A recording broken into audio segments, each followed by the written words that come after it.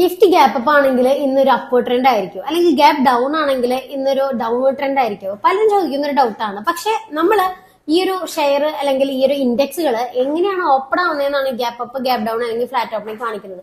അതൊരിക്കലും അന്നത്തെ ദിവസത്തെ ആ ഒരു നിഫ്റ്റിയുടെ അല്ലെങ്കിൽ ആ ഒരു ഷെയറിന്റെ ട്രെൻഡ് അല്ല കാണിക്കുന്നത്. പലരും ചോദിക്കുന്ന ഒരു ഡൗട്ടാണ്. അപ്പോൾ നിങ്ങൾ ഇത് ചെയ്യുമ്പോൾ അല്ലെങ്കിൽ ട്രേഡിംഗ് ചെയ്യുമ്പോൾ ഇതുപോലെ ബേസിക്സ് തൊട്ട് പഠിച്ച് എന്താണ് ട്രെൻഡ് എന്നുള്ളതും എങ്ങനെയാണ് ഇത് ഓപ്പൺ ആവുന്നതെന്നുള്ളതും കറക്റ്റ് ആക്കിയിട്ട് വേണം എപ്പോഴും നിങ്ങൾ ട്രേഡ് ചെയ്യാനായിട്ട്.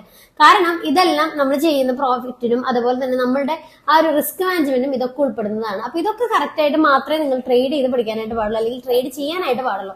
അപ്പോൾ നിങ്ങൾ ഇതുവരെ ഇതൊന്നും ചെയ്യാതെ അല്ലെങ്കിൽ പഠിക്കാൻ താല്പര്യം ഉണ്ടായിട്ട് ഇതുവരെ ഇതൊന്നും അറിയാത്തവരാണെങ്കിൽ വേഗം തന്നെ താഴെ നമ്പറിൽ ഹായ് എന്ന് വാട്സ്ആപ്പ് ചെയ്യുക. അപ്പൊ എങ്ങനെയായിരിക്കും ഒരു ഷെയറിന്റെ സ്റ്റാർട്ടിങ്, അതുപോലെ ഏതൊക്കെ ട്രെൻഡ് വെച്ച് പഠിക്കാം, എങ്ങനെ നിങ്ങൾക്ക് ഡെയിലി ട്രേഡ് എടുക്കാം, അതായത് എപ്പോൾ ട്രേഡ് എടുക്കണം, എങ്ങനെ ട്രേഡ് എടുക്കണം, ഇതെല്ലാം നമ്മൾക്ക് ക്ലിയർ ആക്കി തരുന്നതാണ്.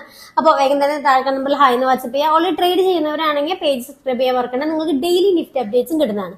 Thank you for watching. By.